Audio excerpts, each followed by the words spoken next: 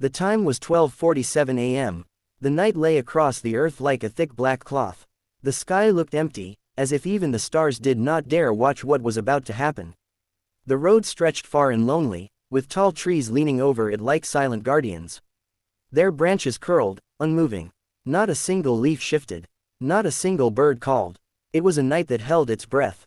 But somewhere down that road, life was making noise. A silver car sped through the darkness, headlights cutting through the still air. Inside were 5 young men. Kobe, the loudest; Malik, the steady one; Chris, the joker; Jerome, the emotional one; Tiga, the wild one. They had just left a party, the kind of party where the bass was so loud it shook the ground, where laughter mixed with alcohol, where confidence overflowed and responsibility got lost at the door. Their shirts were half-buttoned, their voices were loud, their eyes were red. They shouted over each other, argued, laughed, shoved, poured drinks, bragged about meaningless things, the things young men think matter at midnight. The car swerved gently as Kobe drove, his vision slightly blurry but his pride sharp. He kept saying, "I'm fine, relax, I'm in control." No one was in control. Not tonight. About 20 minutes into the drive, Jerome groaned from the back seat, clutching his stomach like someone who had lost a battle inside himself. "Bro, I need to pee. If you don't stop this car now, I will disgrace myself." Everyone laughed, shouting at him jokingly. But Kobe pulled over. The car rolled to a stop beside a stretch of thick forest, the kind of forest that had no business being awake at night. The trees stood tall and stiff like dark spirits frozen mid-movement. The soil was dark, almost black. The air was too still. Not cold, not warm, just watching. The boys didn't notice. They stumbled out of the car laughing as if the night owed them safety. They faced the forest and relieved themselves while half singing, half mumbling nonsense. Tiga complained about mosquitoes. Chris mocked Jerome's pee posture. Malik told everyone to hurry up. Kobe wandered farther away, muttering to himself as he staggered into slightly deeper darkness. The deeper he walked, the quieter the earth became. Almost unnaturally quiet. His urine hit the floor with a soft hiss. Then, the ground beneath him shifted. Just a little, but enough. Kobe frowned, blinking rapidly. His vision cleared, just for one moment. And that was all he needed. At his feet lay a long, dark, perfectly still snake. Its scales glistened with faint moonlight. Its eyes opened slowly, 2 glowing embers of fire. The hood rose. Kobe gasped, breath trapped inside his lungs. He wanted to scream, but sound failed him. Then everything returned at once. His voice, his fear, his heartbeat. "Snake, snake, snake." The others turned sharply. The snake hissed, loud, sharp, angry, like tearing metal. Fear ripped the drunkenness out of their bodies. Malik grabbed the first stone he saw. Tiga picked up a heavy stick. Chris and Jerome grabbed broken wood. Instead of running, they did the worst possible thing. They attacked. The forest echoed with shouts and frantic stomping. The snake twisted, fighting, striking at the air. The boys struck back, panicking, sweating, shouting for help that wasn't needed. After a long, messy struggle, the creature lay still. Silent, dead. Their breathing slowed, their sweat cooled, their confidence returned. Kobe stepped back, trembling as he stared at the body he had almost stepped on. They dragged the snake away and tossed it aside with careless relief. Laughing, bragging, feeling invincible again. And then, 2 faint glimmers appeared in the bushes. 2 eyes, not human, not frightened, just watching, waiting. The second snake slid silently under the car, curled, and waited for morning. The boys dropped Tiga first. He waved, still smiling from the madness of the night. Next was Chris, then Jerome. Only Kobe and Malik remained. At Malik Street, they talked for a minute, joking nervously about how they would tell this crazy story tomorrow. Malik stepped out, waved, and left. Kobe drove alone, singing, yawning, slapping his face to stay awake. He felt lucky. He felt untouchable. He reached home at exactly 2:13 a.m., parked the car, locked it, walked inside, not knowing that death lay curled where he once sat. Morning arrived gently. Birds chirped like nothing had happened. Kobe stepped out of his house at 7:40 a.m. He stretched lazily and walked toward his car. He opened the door. A shadow moved, fast, silent, alive. Then, the snake shot out like lightning. Kobe screamed and jumped backward, nearly falling. The snake landed on the ground beside the car. It stared at him, unblinking, too still. Before he could run, something unnatural happened. Its body quivered, its skin rippled like liquid, its shape folded in on itself. The snake shrank, twisted, softened, and a moment later, a girl stood where the snake had been.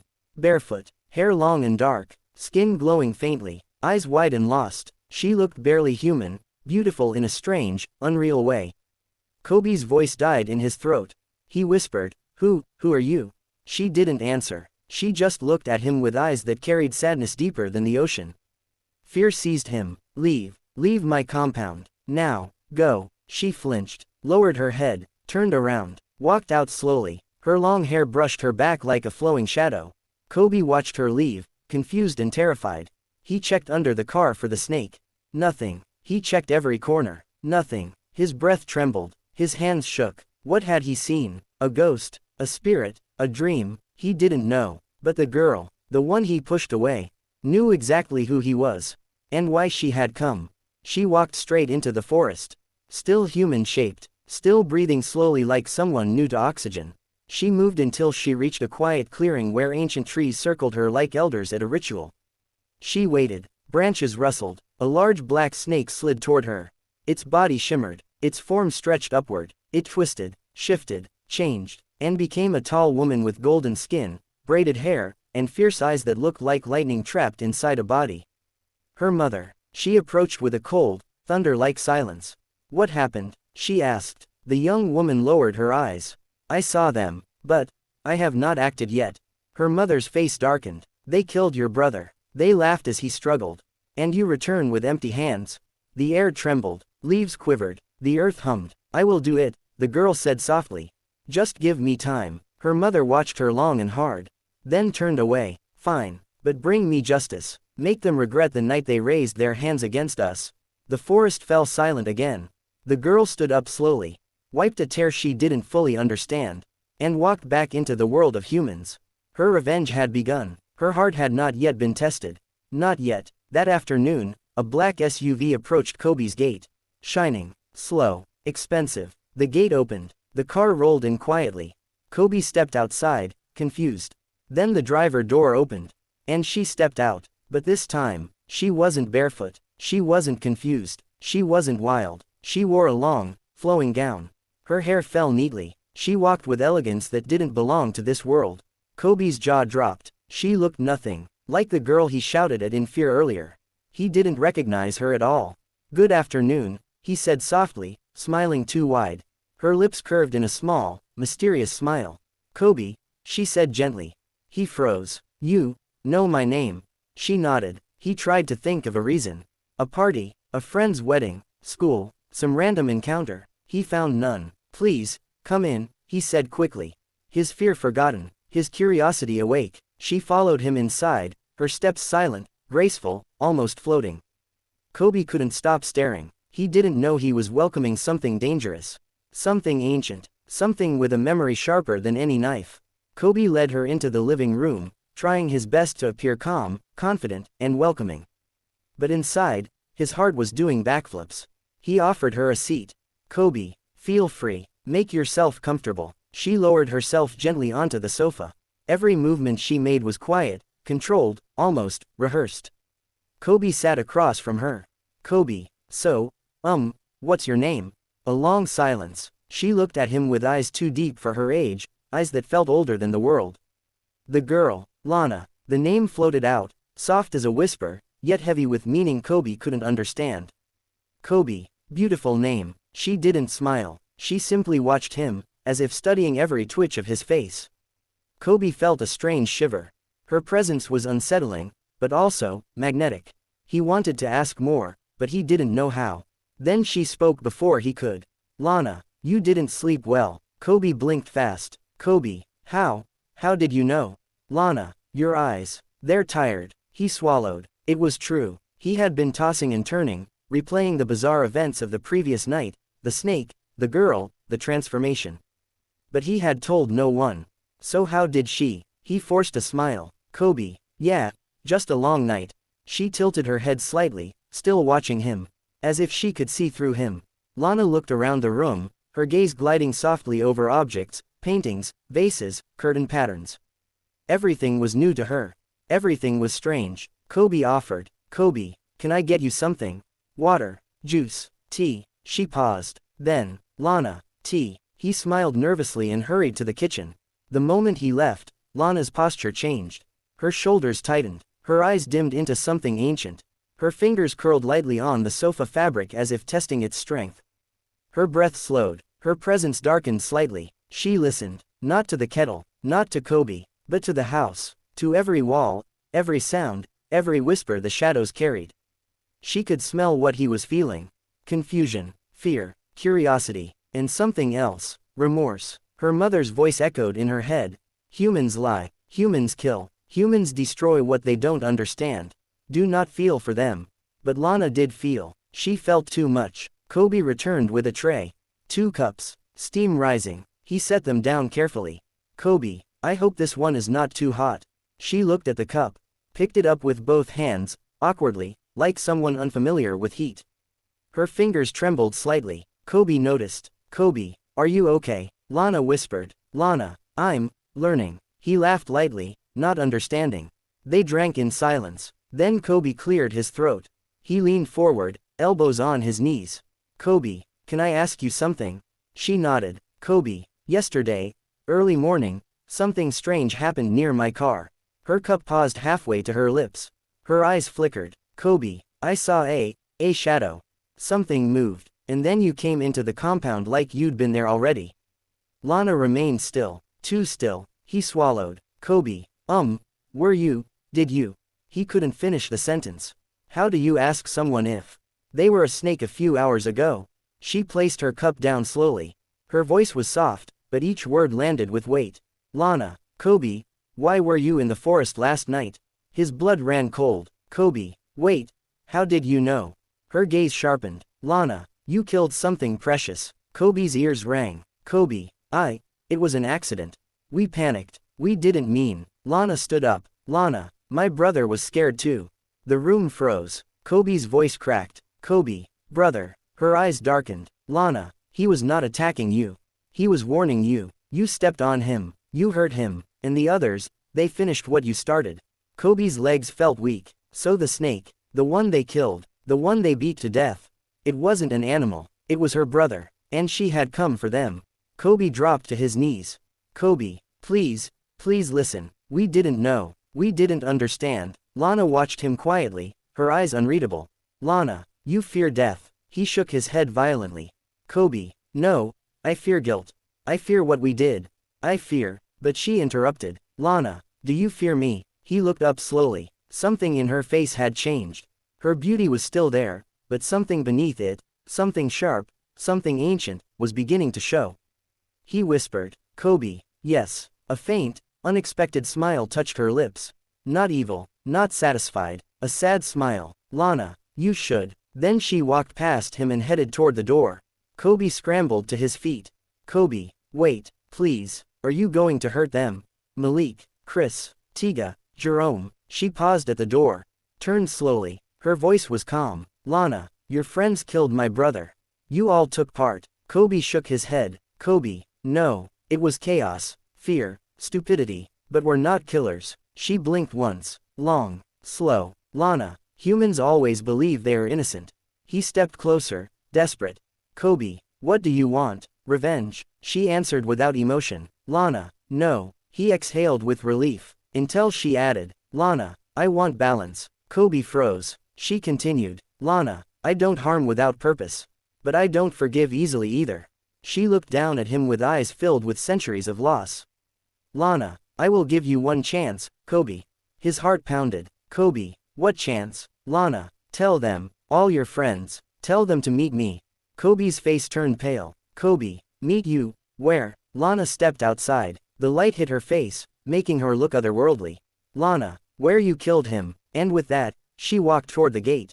Without looking back, without slowing down, without fear, as if she had already decided how this story ends. The moment she left, Kobe collapsed on the floor. His body shook uncontrollably. His breathing shortened. Tears spilled without warning. His mind replayed everything. The snake's eyes, the screams, the struggle, the final strike, the stillness. He grabbed his phone with trembling hands. He dialed Malik. Kobe, shouting, bro, pick up. Something is wrong. Something is seriously wrong. Malik answered, sleepy. Malik, what's wrong with you? Why are you shouting? Kobe whispered. Kobe, she came to my house. Malik frowned. Malik, who? Kobe swallowed hard. Kobe, the snake, the one we killed, his sister. Silence. Malik laughed. Malik, Kobe, are you drunk? Snakes don't have sisters. Kobe, listen to me, she's not human. The call went silent, not because Malik stopped talking, but because Malik finally understood. Kobe wasn't joking. Malik, usually the calmest of the group, threw on a shirt and rushed to Kobe's house.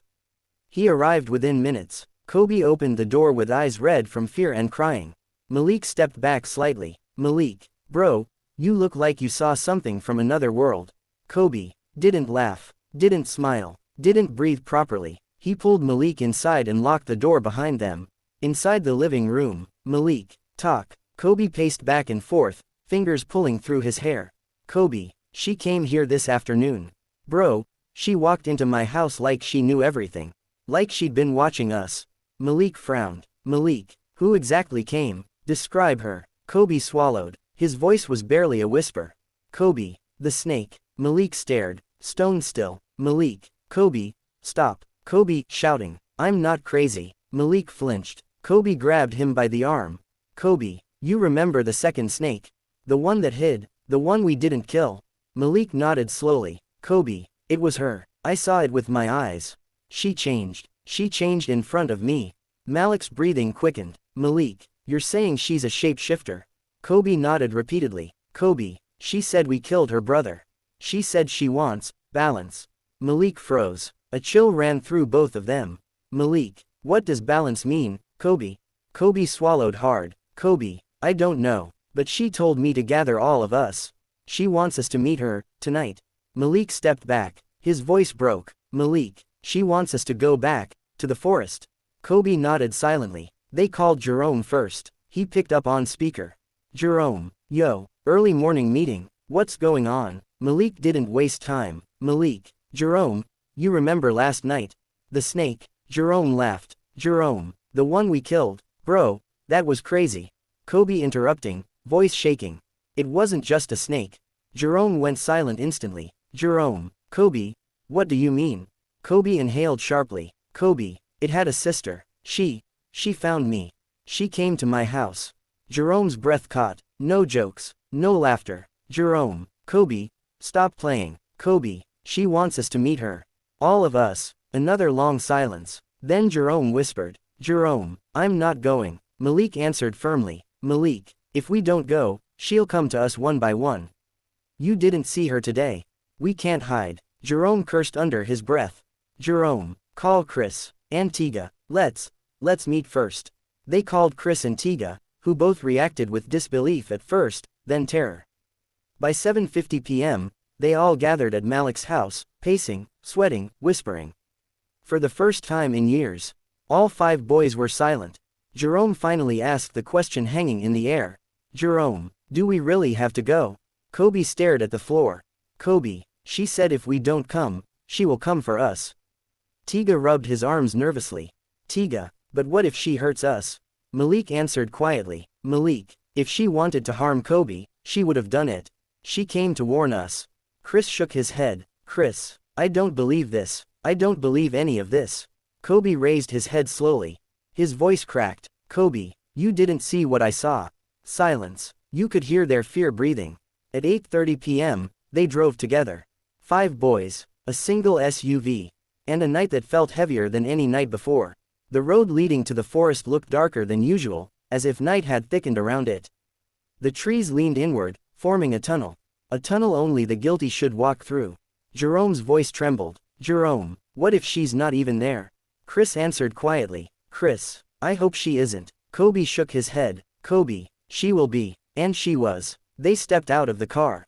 The moment their feet touched the soil, the wind stopped, everything froze. Then, from the shadows between the trees, she stepped forward. Lana, dressed in the same flowing gown, moving with the same silent grace. But tonight, her eyes looked deeper, sadder, sharper. The boys took a step back instinctively. Kobe whispered, Kobe, she's here. She stopped a few meters away, facing all 5 of them. Her voice was calm. Lana, you came. No threat, no anger, just a statement. Kobe nodded. Kobe, you asked for us. She studied their faces one by one. Chris avoided her eyes. Tiga's hands shook. Jerome's breathing was uneven. Malik stayed still but tense. And Kobe looked broken. Lana, you killed my brother. Not out of hunger, not out of need, but out of fear. Jerome stepped forward, voice cracking. Jerome, we panicked. We thought he was attacking Kobe. Lana raised her hand gently. Lana, I know, I saw. Chris whispered. Chris, you watched us. Lana nodded once. Lana, you were loud, drunk, scared. You didn't listen. You didn't stop. And he didn't know why you were hurting him. Kobe closed his eyes. A tear rolled down. She wasn't shouting. She wasn't threatening. Her calmness hurt more. Lana, I came tonight to decide your fate. The boys stiffened. She continued. Lana, but I am not here to kill you. Jerome almost collapsed from relief. But Lana wasn't finished. She looked at them with eyes that held storms and centuries. Lana, I am here to understand you. Tiga's eyes widened. Tiga, understand us. Why? Lana looked down at her hands. Lana, because I want to know if you are monsters. Or if you simply made a mistake. A deep silence settled. No one moved. No one breathed. She walked slowly toward them. Not threatening. Not hostile. Just observing. Lana, I will spend time with you. All of you. One by one. The boys exchanged horrified looks. Lana, I will look into your hearts. Learn who you truly are. See if you regret what you did. Her expression softened. A sadness passed over her face, brief but real. Lana, if your hearts are dark, I will know. Jerome whispered shakily. Jerome, and if they're not, her voice dropped to a calm whisper. Lana, then balance will be restored in peace. Kobe felt a strange relief. But she added one more line. A line that made all of them shiver. Lana, but if one of you hides the truth, even a little, the forest will take back what you stole. She stepped back. Lana, for 7 days, I will visit each of you. Alone. At different times. In different ways. Chris's lips trembled. Chris, visit us. For what? Her answer was simple. Lana, to see your souls. The boys shuddered. She turned away, her hair floating softly with the night breeze. Lana, at the end of 7 days, I will decide. Kobe stepped forward. Kobe, Lana, please, what if we fail your test? She stopped, her back still facing them. Her voice was almost gentle. Lana, then you will see my mother. Every drop of blood inside them turned cold. Because the mother was the one who turned into the tall, golden-skinned woman with lightning eyes. The one who commanded the forest itself. Lana took a final step toward the trees. Her voice echoed softly. Lana, be honest, be afraid, be ready. And then, she dissolved into the shadows. Not walked, not disappeared behind a tree. Her body simply faded, like mist meeting darkness. The boys stood frozen in place. Cold, shaking, silent, because the real horror had just begun. The 7 days of judgment. If you want to know what happens in part 2, subscribe to the channel and turn on notifications so you will not miss it if I upload, and don't forget to comment your favorite part of the story.